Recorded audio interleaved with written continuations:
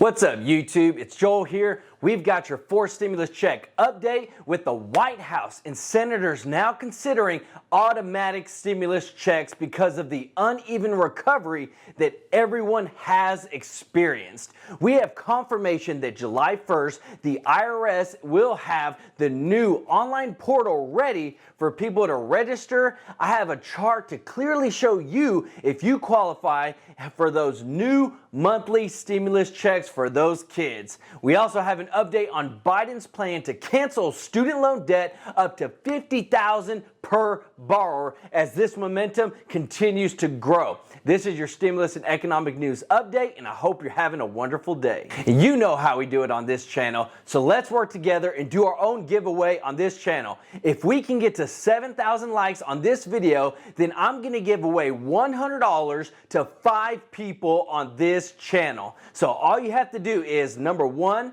be subscribed to the channel. Number 2, smash that like button. And number 3, comment on this video on what you think about the stimulus checks and how much they should be and how quickly we should get them.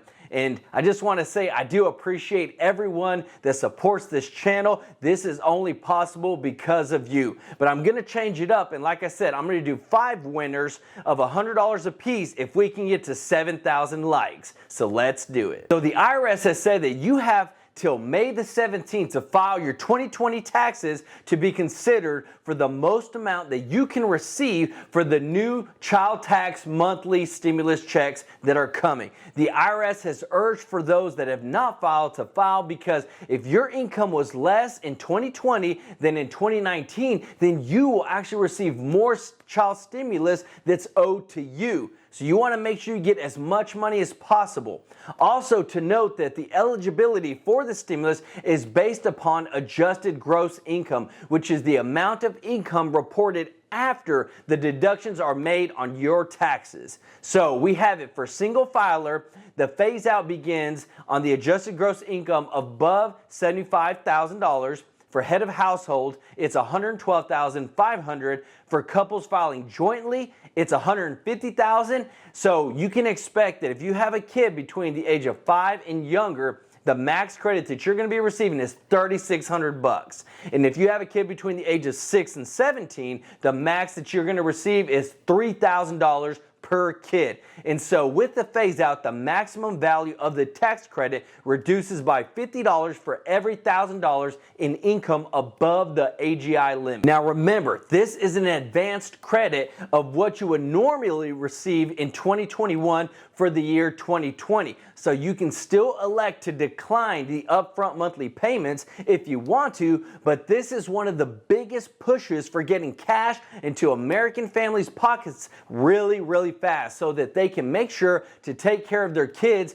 these being monthly checks sent straight into those bank accounts. This is super popular among the Democrats and Republicans, and Biden has already added to this American Families Bill the extension of this increased payout for the next 4 years so that families can expect to receive those monthly checks for their kids for a long time. And while that is already in the American Families Plan that Biden wants to push for, there's a lot of Democrats that want to actually make it permanent, not set a 4-year time limit on it, because they said that with this, they would lift 1/3 of all the children in the U.S. out of poverty. And this would allow for American families to receive a steady income for their kids to make sure that they got what they need.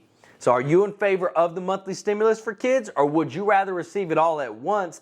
Let me know what you think down in the comments. So on to the 4th stimulus check that, wow, is just changing, it's growing. But right now, Vice President Kamala Harris, Bernie Sanders, and so many others are in favor of the reoccurring stimulus checks because of the pandemic. But there's something even bigger brewing in Congress, because I feel that we can all agree that the way these checks have been dispersed has been very uneven. There's been a lot of ups and downs, and honestly, between the Republican and the Democratic Party, there's been a lot of muddy water when it comes to getting these stimulus checks passed through Congress in a timely manner where people can see a consistent relief. So something better has actually come along, something that makes more sense and would help out Americans faster and not have to go through the whole long process of voting in the House, voting in the Senate, going back to the House and then to the White House.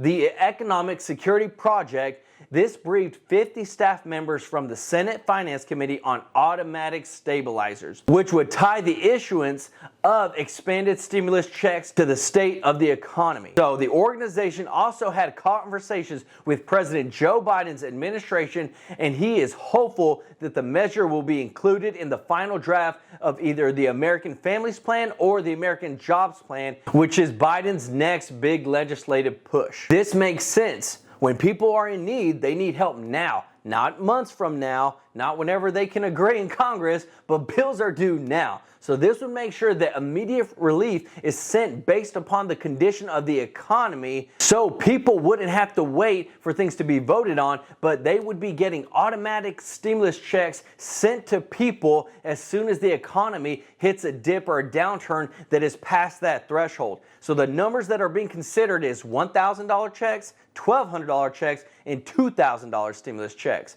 And I know everyone wants the most, but let's be real. What would be a good amount to get you by and help you out if something like this was to ever happen again?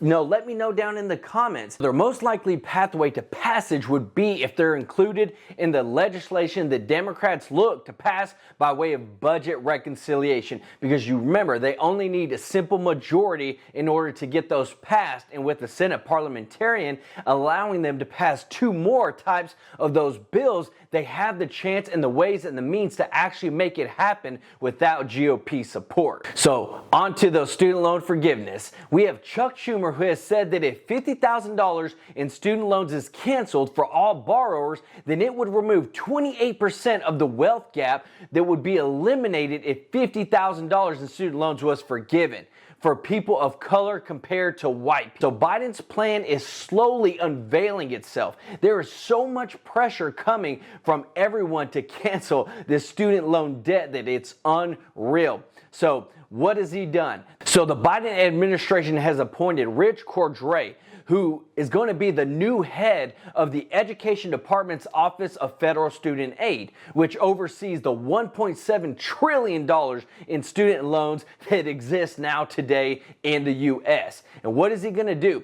This is seen as huge because he's going to be the one that's been good friends with Elizabeth Warren, and they have this plan to get student loan debt canceled. This move is seen as a victory for hardline progressives who have been pressuring Biden to cancel student loans. Biden has asked the Education Secretary Miguel Cardona to go in, check it out, see, okay, how much could he really cancel through executive order? Is it up to $50,000? Because, the Senate Majority Leader Chuck Schumer says it is, so they're investigating as to seeing if it can be done. On the other side of the equation, you have Marsha Blackburn, who says that universal student loan forgiveness benefits mostly the wealthier Americans with advanced degrees and would set a bad precedent. The federal government should not be subsidizing more debt, is what she says. So in terms of giving people student loan debt, it would go across the board. So it's not, if you make this much or if you make this much, they're saying canceling $50,000 for all borrowers.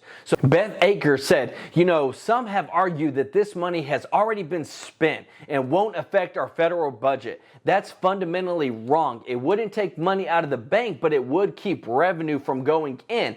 That's revenue that we'll need to replace with new taxes or by cutting other spending programs. So let me know your thoughts on canceling the student loan debt. You're talking about millions and millions of people that would be affected, saving them tons of money. But on the other hand, there's millions of people that didn't go to college, that didn't get that student loan debt, and should their tax dollars pay to cancel the debt? Let me know your comments in the comment section. But let's remember that we are about building our own wealth. and making our future brighter for ourselves and for those around us. So don't wait on me or anyone else. Get some free money. You can start investing. Get you 2 free stocks with Webull that's worth up to $1,850.